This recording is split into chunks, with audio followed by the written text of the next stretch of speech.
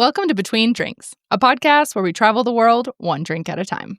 I'm your host, Caro Griffin, a mezcal sommelier, traveling bartender, and all-around drinks nerd. In each episode, I'll take you somewhere new to dive into a local drink that has a story to tell. We'll talk about its history and how it's made, but also its connection to the place and the people that make it what it is. There's a great story behind every great drink, and I can't wait to share them with you. I'm not gonna lie, I used to think sake was boring. I respected it as something that's been around for a long time and is an important part of a culture. I ordered it at Japanese restaurants because that's the thing to do, and I even enjoyed it. But it's not a drink that I found particularly exciting. What changed that for me is what always changes it for me. I had a wait, what? moment. That moment was learning that the first sake was made by young Japanese women who chewed rice and then spit it out into a common container. The enzymes in their spit broke down the rice starches into sugars, which could then be converted into alcohol by naturally occurring yeast. Let's go ahead and file this under another wild thing humans have done in the name of making alcohol, okay? Thankfully, things have gotten a bit more hygienic and systematic since then. But production is still rooted in tradition and craft, all the things I love in a good drink. As I've tried more sake, I've also realized how large the category is, how much the flavor can vary across styles, and how instrumental sake was to not only the history of other drinks in Japan, but the country itself. And it's just really cool. But it's also a complex category, with lots of categories and subcategories, all of which are in Japanese, which can make it hard for foreigners like me, and you, probably, to navigate without a cheat sheet. So let's consider this my attempt at showing you what makes sake so cool and why you should care about it, and also giving you that little cheat sheet. This is the first episode in a season dedicated to the great drinks coming out of Japan. Because if there's ever a country that deserves a whole season dedicated to its craft drinks, it's the country that defines what it means to call something craft. I spent nearly 2 months traveling across Japan for this episode and the rest of the season. It was my third trip to Japan, and it really solidified it as a home away from home. So I hope you enjoy going on this little journey as much as I did.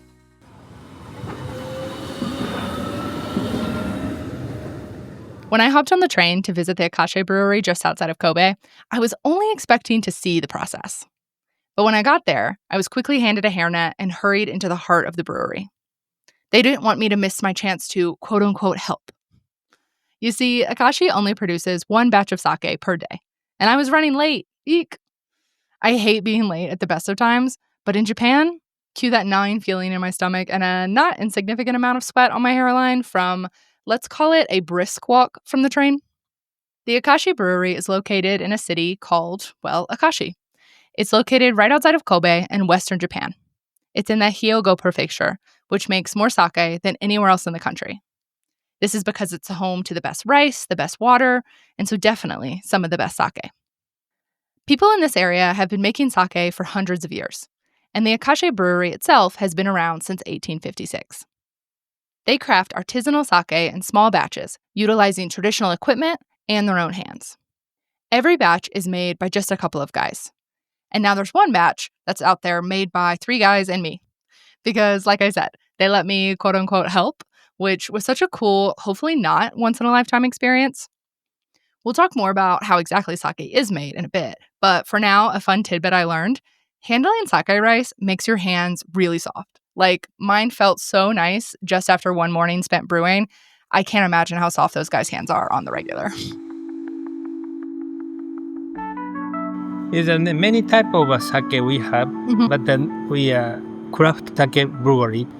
We are making with the sake is only 3 persons, and there's always we add small batches, and today is not introduce is we have a new product is a sparkling sake. Is always is that we try to make is a better product. My team is they have a good experience and knowledge, and we are very important in the teamwork, and we keep is a traditional style, and one side is revolution, because is a long time, spend a long time, always is the same, is not is a growing up. It's because is a customer is a growing up, is a make knowledge, and the same is that we are more better quality is increasing the quality and try is every day.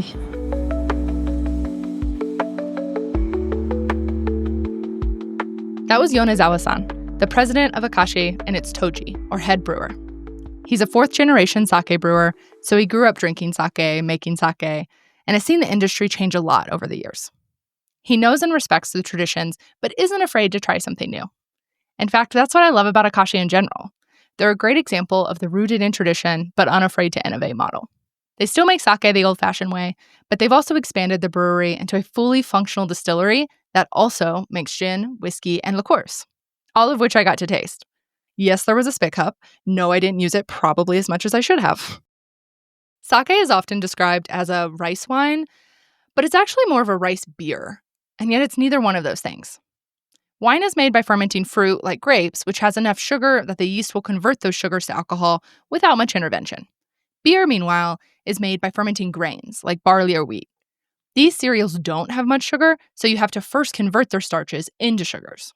This is how sake is made too, except that both steps, conversion and fermentation, happen simultaneously, thanks to a little mold called koji, which is the same thing that gives soy sauce and miso paste their unique umami flavor, by the way. This unique production process, where both conversion and fermentation happen at the same time, is super unique. It's part of why sake has its own category, rather than being lumped into the larger beer or wine categories. Sake also distinguishes itself in a few other ways, though. For one, it has a higher alcohol content. Beer and wine clock in at about 5 and 12% respectively, whereas sake is usually between 15 and 20, so generally twice as much. It also has its own serving methods.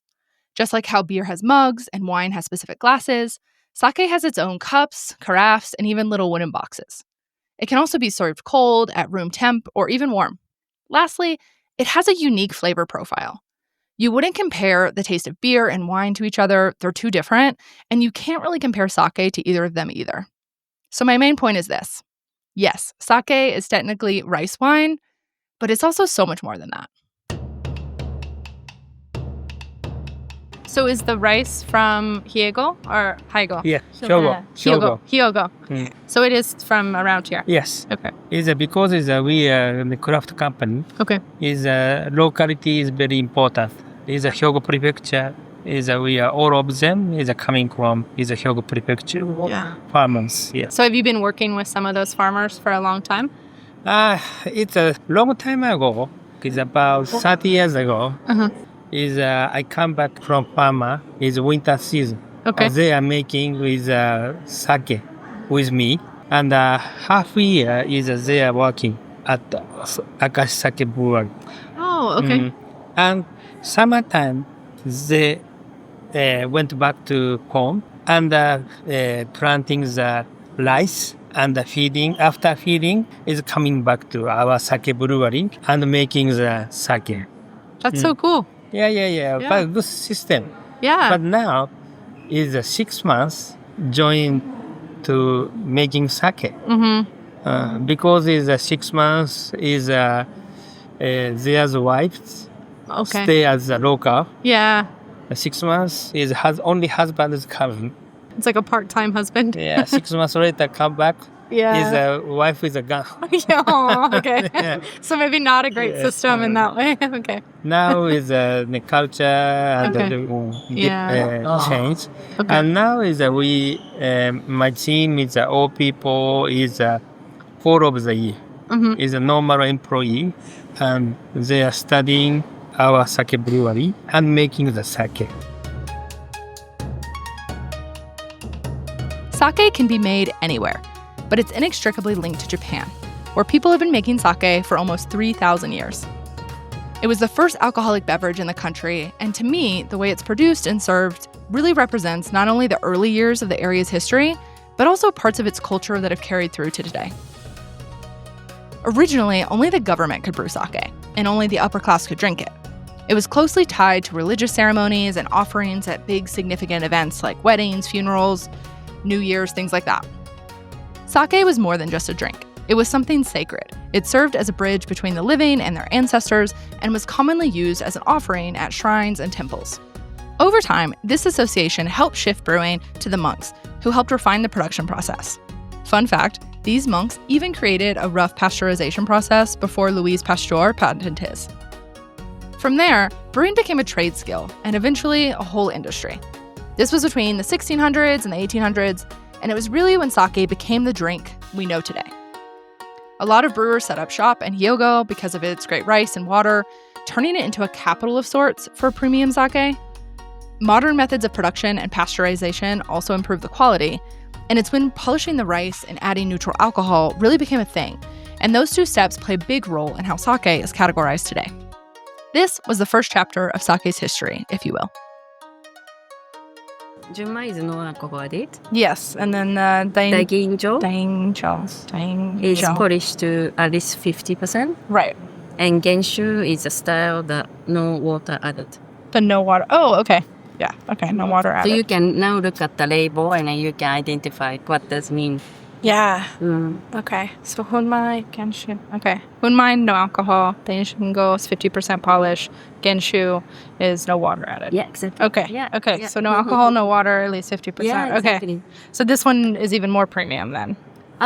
Yes. In Okay. terms of pricing, yes. So all of them are in the premium range sector. Depends on what part of the rice is used. The polishing. Yeah, exactly. So we call this is all premium, but in terms of price premiumness, this is most. I think something I'm learning is that the polishing doesn't necessarily mean that it's like better. Yeah, it just exactly. means that it It's takes. style. Yeah, it's a different style, exactly. and it Yeah, is more exactly. expensive because it takes more work. Yeah, exactly. Yeah, And but it it's takes not like longer better or worse. fermentation, longer process, more rice you have to use. So all of them are premium. Yeah. Yes, Exactly. Yeah. Okay. So it depends on. It's nothing better. It's nothing like a Junmai Daiginjo is always better. Yeah. It's a style of the taste. So the reason why we have different styling variety that we are selling also overseas, that is that we want to kind of showcase the taste profile. Different, little bit of that, production method can make it different taste. That was Miho Komatsu, the global brand manager at Akashi, explaining some of the categories of sake during my tasting at the brewery. There are many different styles of sake, and a lot of them are based on how it's made. But before we get too far into that, I want to clarify one important thing. Sake is technically the Japanese word for all alcohol. Nihonshu is the local word for what we foreigners know to be sake. For my own ease, and because this is an English-speaking podcast, I'm going to keep using sake, but take note. If you go to Japan and order sake, they will know what you mean, but technically, Nihonshu is the more correct word. So, now on to how sake, or Nihonshu, is made. The first step of sake production is arguably the most influential. It's called rice polishing. This is where the rice is polished to remove the outer layers of the rice grain. This is done for two reasons. The outer layer contains proteins, fats, and minerals that can cause bitter or sour flavors, so removing them makes the sake taste better later. Polishing off the outer layers also exposes the starchy center of the rice grain. These starches are necessary for fermentation. Without them, there's no making alcohol. Sake rice is polished to various levels, and there's often a misconception that the more polished the rice is, the better, or more premium the sake is. But that's not exactly true. Sake made from more polished rice is more expensive, but it's not necessarily better. It costs more to buy because it costs more to make. If you polish away half of your rice, after all, you're only going to have half as much sake when you're done, and so it takes more time and more rice to make, hence the higher price point. Affordable sake is usually polished to 70 or 80%, which means 20 to 30% of the rice has been removed. This is often referred to as table sake. The sake we think of as premium sake might be polished up to 50 or 60%, and so that means more than half of the rice could be removed. The more the rice is polished, the more delicate the flavors tend to be, and so in large part, it's about your preference as much as your budget. Yeah, when I first moved here, there was a brewer that polished it to 1%, which means they removed 99% of that rice grain had just disappeared and only like a little speck of dust remained. They did it for public relations reasons. It's not practical, of course. So it's a question I've posed to several brewers as well. Most of them give me the same answer. They say, once you go beyond 30%, or maybe even like 25%, 25 is pretty extreme. So again, this is the percentage that remains of the rice. So after the polishing process. So say if it's 30%, you just polished away 70% of that rice grain. So they say after that, you don't gain anything after that. You're really just kind of wasting at that point. Yeah, totally. It's like, maybe an interesting exercise or experiment to do kind of the 1%, 10%. But at that point, it's like, it's hard to think of it as like, are we just wasting rice? Like, There is a trend, the current trend right now, it started maybe about 2 or 3 years ago, is that they're doing minimum rice polishing. So there's a lot of brewers they might even put it on the front label with a big number 90. So which is indicating that 90% of the rice remains. They only polished off 10% of the rice. So it's a way to showcase the skill of the brewer. So usually to make a sake that has a very pleasant taste, and you only polish it to 90%, not easy to do. So it really, like I said, it kind of showcases the skill of the brewer. Yeah, I kind of like that, maybe a little bit, backlash is too strong a word, but like a little bit of a pushback of like, we don't have to, just keep polishing off rights. Let's try to be that other end of the spectrum of like, let's be creative, let's experiment, let's show off our skills and see, what can we do with 90%. I don't think I've ever had anything with that low of a polish rate, so I'll have to keep an eye out. And they definitely will have a lot more flavor. They're much stronger. They're probably sakes that would never pair with like a sushi or sashimi because they will have much bolder flavors. That was my friend Brian Hutto, an American expat living in Yokohama, a city that's so close to Tokyo, it's practically still Tokyo. Brian owns a great standing sake bar there, Craft Sake Shoten, which I was lucky enough to stumble across on my last trip. We'll talk more about that later, but for now, just know that I invited Brian to chat with me for this episode because I think he has an interesting perspective. He's on the ground with sake, but on the flip side of production, leading tastings for foreigners, but primarily working at his bar where he's serving sake to Japanese people every day. Yeah, like you said, this is one thing that draws me to sake. It just it's kind of natural in a way. So it has these 4 ingredients: rice, water, koji, and yeast. So there's no additives, there's no junk, and no preservatives that can oftentimes give you that effect maybe the following day that's not so pleasant. So I would say of those 4 ingredients, the rice type usually has the biggest impact on flavor. So just similar to wine, where you have like grapes that are cultivated just to produce wine, there's rice that's grown just to make sake. And there's about 150 varieties of sake rice. So these type of rice they're not so edible. You can eat it, but it doesn't taste so good. But each rice variety has its own flavor profile. And I would say the rice type has the biggest impact on flavor. As far as aromas go, I think the yeast oftentimes has the biggest impact on the aroma of the sake. After the rice is polished, to whatever degree the brewer wants, it's carefully washed, soaked, and steamed. And then the magic happens. And by magic, I mean that funny little koji mold is given the opportunity to do its thing. Sake brewers make something called a shubo, which is a mixture of rice, yeast, and water.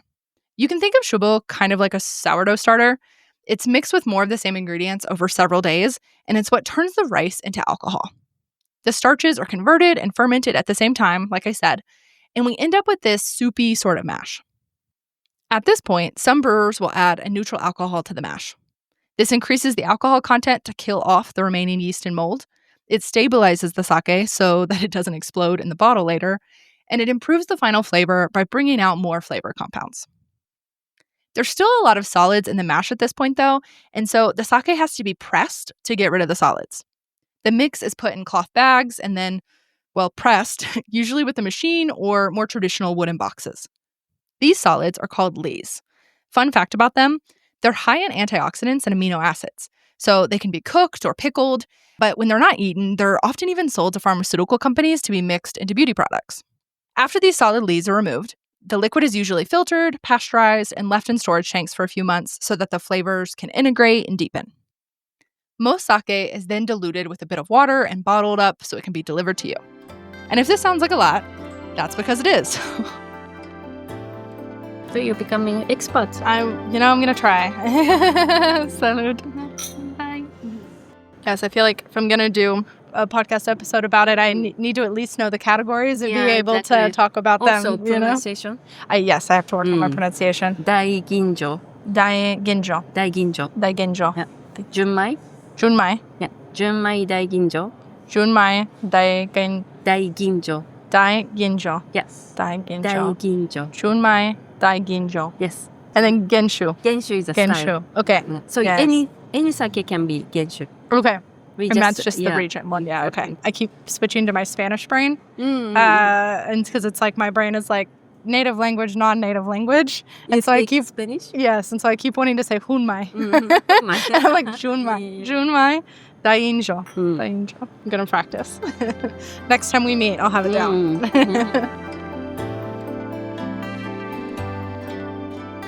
Let's dig further into those two big high-level categories of sake. Table sake and premium sake. Table sake makes up most of the production, and it's similar to a table wine or house wine in that it's very common at casual restaurants and not even available at higher-end spots.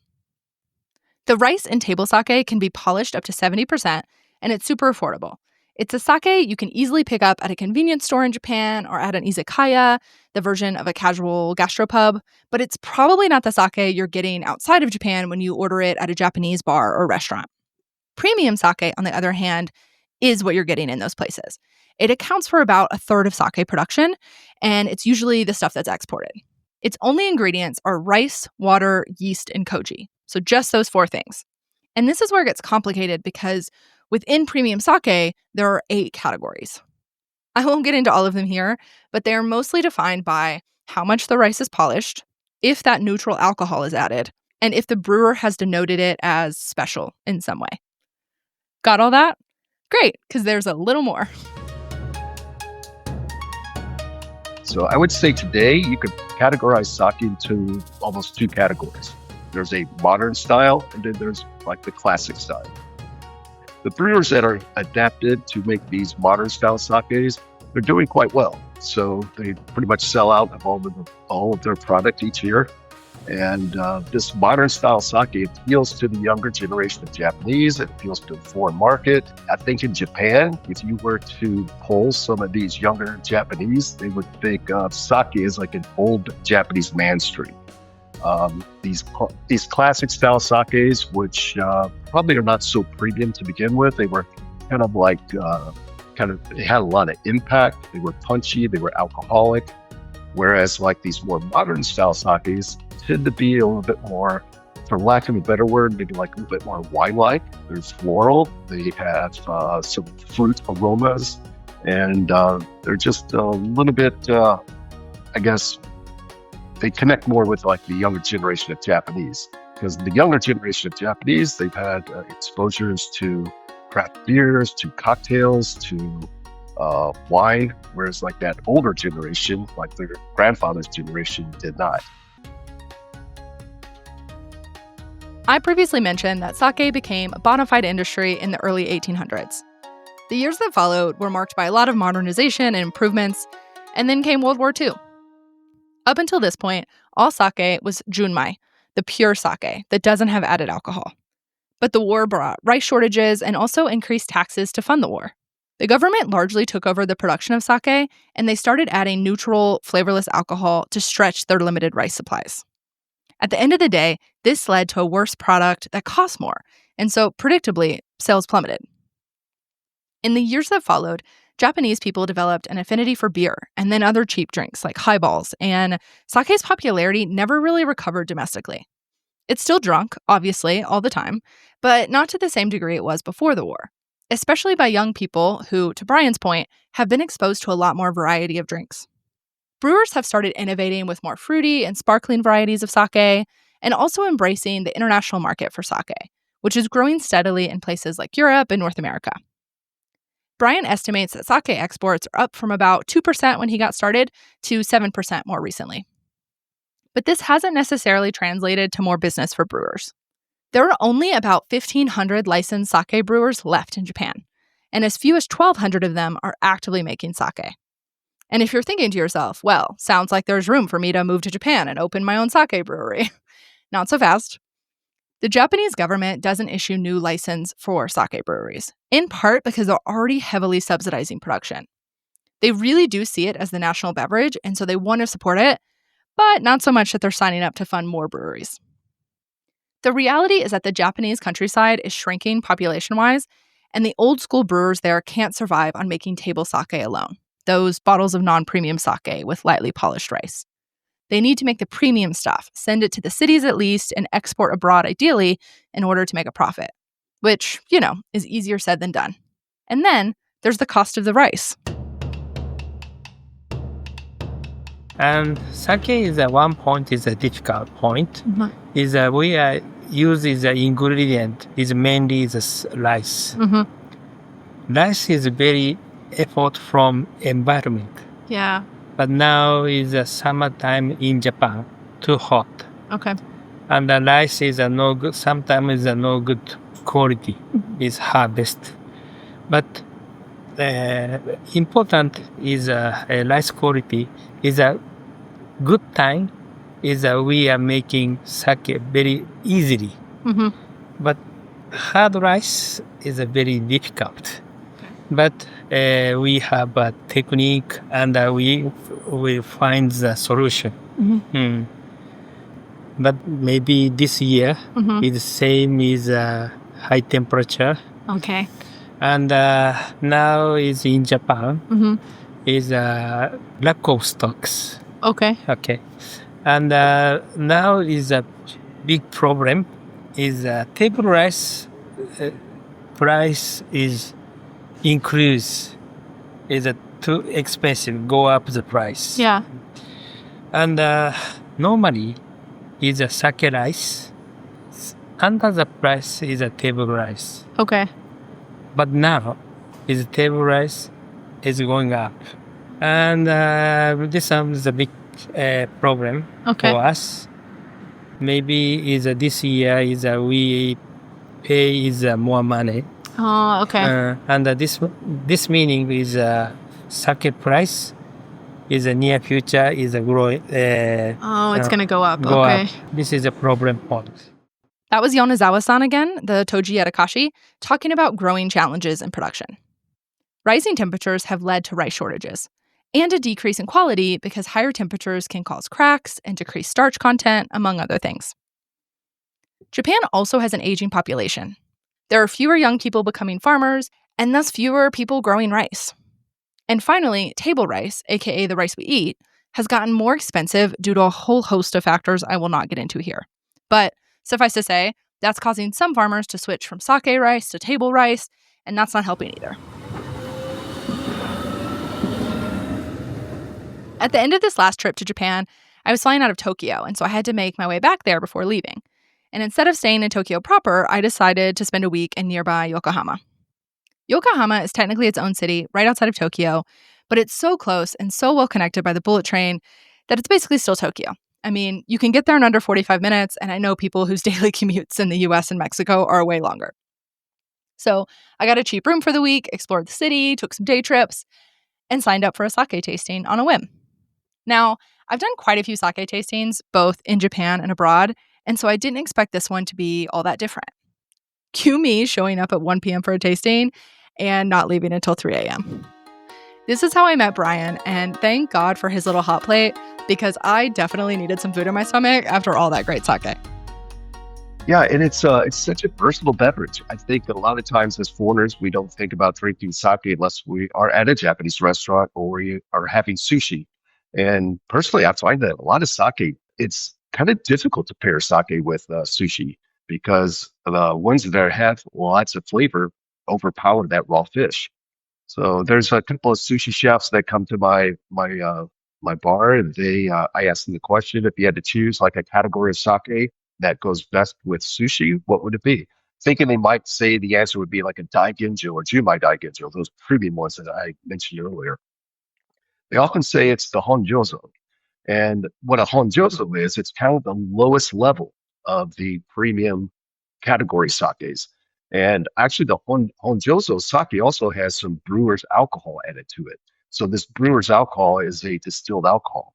So it's just a hint that they add, and they don't do it to impact the alcohol by volume. They're adding this brewer's alcohol to kind of bring out an essence of the sake, or else they're trying to make the body of the sake lighter. That's what it usually does. So to drink a real typical or classic Honjozo, you drink it by itself, you're kind of going, there's not much going on here. It almost has tastes like water almost. But that's why it works so well with like sushi and sashimi. It enhances those flavors of the sushi, of the raw fish, and it definitely doesn't overpower it. So the nice thing about it, they're usually the most inexpensive ones too. Unlike a lot of alcohol, sake naturally pairs really well with food. It's less acidic than wine, and so it doesn't compete with acidic flavors. And because koji is the ingredient that gives miso paste and soy sauce their umami flavor, it's great at bringing out those notes in meats, seafood, or cheeses. But really, there's such a variety of sake out there that there's one to go with just about every dish. And whether you're drinking it with food or on its own, it's generally served the same way, in a small carafe with tiny cups for each person at your table.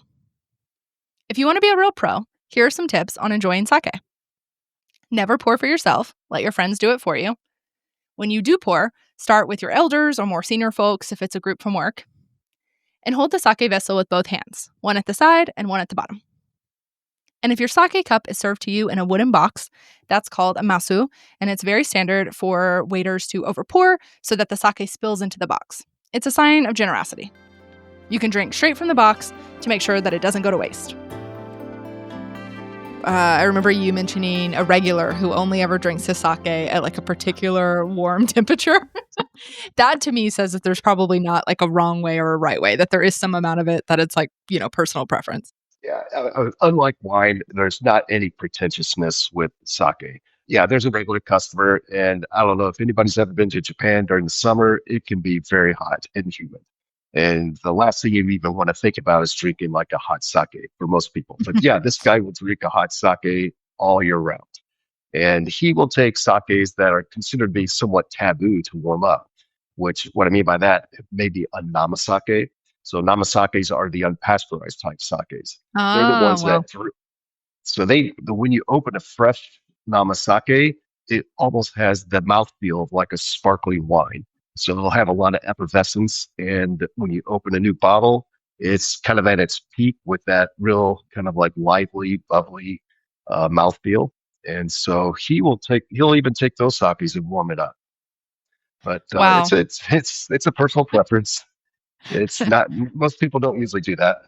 I have loved a namasake, but yeah, I can't imagine drinking it warm, especially in the middle of like a Japanese summer, where I can't even think about taking a hot shower, much less drinking a hot beverage. But I have to say though, there's been times where he's discovered things that nobody ever would have known about, and then he kind of shares it, and so sometimes he's spot on with with some of these new discoveries. Yeah, he's doing it for the good of all of us, right? It's like, okay, well, Right. you try everything at that temperature, and then you report back on the ones that work really well at that temperature, and then we'll go there. Exactly. There are technically 10 different temperature ranges you can serve sake at. The idea is that different temperatures bring out different flavors, and that by serving it at the ideal range, you're going to taste the sake at its best. The care and precision in this has always felt very Japanese to me. But for most of us, these temperatures really boil down to serving it chilled, at room temp, or heated. Chilling is great for sake with intense aromas and flavors. It gives the sake a crisp, refreshing taste, but can also impede the fragrance and dull your tongue from tasting subtle notes if you over-chill. Room temperature sake is very neutral. You're drinking it at the temperature it was made, and it's not necessarily highlighting or dampening any aromas or flavors. So when in doubt, room temp, in my opinion, is a great way to drink and enjoy sake. And heating sake can enhance the aroma and improve the mouthfeel, and just generally smooth over any rough or bitter notes in a cheaper sake. But it can also overpower more delicate aromas and flavors. So this is why generally you don't heat more premium sakes. But at the end of the day, it's all about your personal preference. So try some things, see what you like. This episode really just scratches the tip of the sake category, but hopefully after listening to me prattle on, you see why it's such an interesting drink worth diving further into. So here are my biggest tips for doing just that. First, start with junmai and daiginjos. Junmai means pure, as in premium sake without added alcohol. You'll see the word junmai, that's with the J, prominently displayed on the bottle, often combined with other words that denote how much the rice is polished. But focus on that junmai bit to start. Daiginjo is a premium sake with added alcohol. Again, you'll see it combined with other words, but if it says daiginjo with a D as in dog, that means additional alcohol has been added. And this isn't about boosting the ABV, but more about enhancing the aromas and smoothing out the flavors. So it's just a different style. My recommendation is to try a handful of both junmai and daiginjo sakes and see what differences you notice and if you prefer one more than the other. From there, you can dive deeper into the varieties within those categories, different polish rates, different regions, different types of rice, and so on. Akashi is obviously a brand I love and recommend. Most of their lineup is available across Japan, Europe, and the US, so look for it on menus or online. I'll put some links in the show notes. But you can and also should just ask. Good bottle shops, bars, and restaurants with sake on the menu should be able to not only make recommendations, but also help you put your preferences into words. As a bartender and spirit som, I love when people tell me what they like, but also my definition of sweet or strong is likely different than yours. And sometimes when people say sweet, what they actually mean is that it reminds them of a sweet thing, like a fruit or, a banana nut bread, that because the banana is sweet. And it's like, okay, but banana isn't inherently sweet, So after you try the bottle, follow up. If you order some sake at a restaurant and the waiter comes back and asks you how you like it, ask, is this typical of the style? What would you recommend if I wanted something stronger or less sweet, or if I told you I love Chardonnay? How would you describe this bottle in terms of categories if I wanted to find another one like it? I started a note in my phone after my first sake tasting, and I add to it occasionally when I try new ones at restaurants and things. It's been super helpful for figuring out not only what I like, but how I can reliably order bottles with a pretty good idea that they're going to be to my taste. Super nerd move, I know, but it totally works.